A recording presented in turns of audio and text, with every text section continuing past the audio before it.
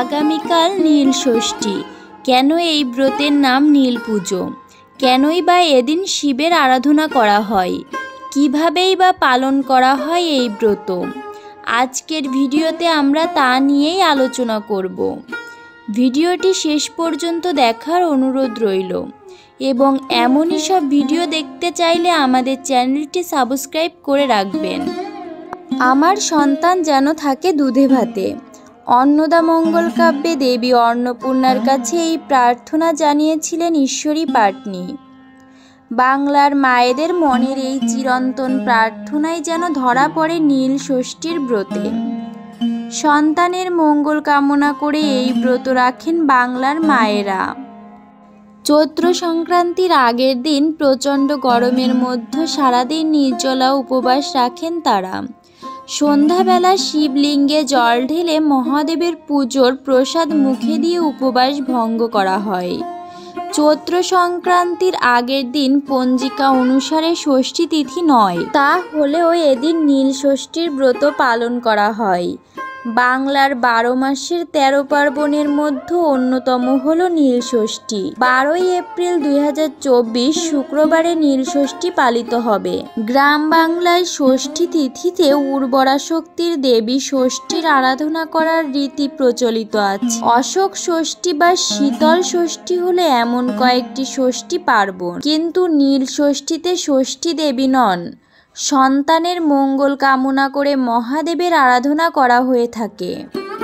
প্রচলিত কাহিনী অনুসারে পিতা দক্ষের আয়োজিত যজ্ঞে স্বামী মহাদেবের অপমান সহ্য করতে না পেরে আগুনে আত্মাহুতি দিয়ে দেহত্যাগ করেছিলেন শিবপত্নী সতী। তারপর নীলোধ্বজ রাজার ঘরে নতুন জন্মগ্রহণ করেন তিনি। সেই জন্মে তার নাম হয় নীলাবতী। এই কন্যার সঙ্গে শিবের বিয়ে দেন রাজা নীলোধ্বজ, অর্থাৎ দেবী পার্বতীর আরেক নাম হলো নীলাবতী। গ্রাম বাংলার প্রচলিত কাহিনী অনুসারে চৈত্র সংক্রান্তির আগের দিনেই বিয়ে হয়েছিল মহাদেব ও নীলাবতীর।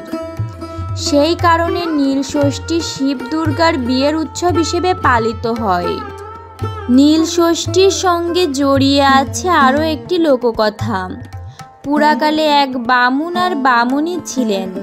তারা অতি ভক্তি ভরে নানা ব্রত পালন করলেও তাদের সন্তান বেশি দিন বাঁচত না। এরকম ভাবে দিন কাটানোর সময়ে একদিন কাশীর গঙ্গাঘাটের ওপর বসে দুঃখে দুজনে কাঁদছিলেন তারা।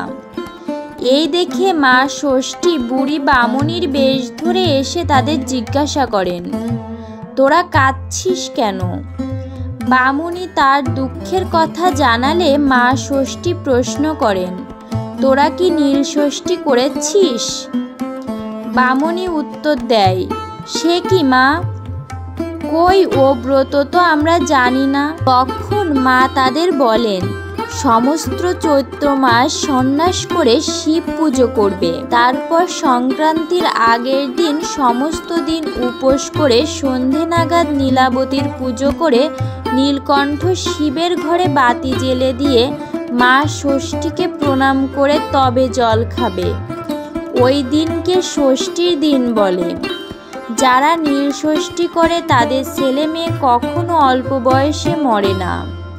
এ কথা বলেই বামুনি বেশে মা ষষ্ঠী অদৃশ্য হয়ে যায়। এরপর বামুন ও বামুনি ভক্তি ভরে নীল ষষ্ঠীর পুজো করেন। এরপর থেকে তাদের ছেলে মেয়ের কোনো অঘটন ঘটেনি, তারা সুস্থভাবে বেঁচে থাকে। এভাবেই শুরু হয় নীল ষষ্ঠীর পুজো।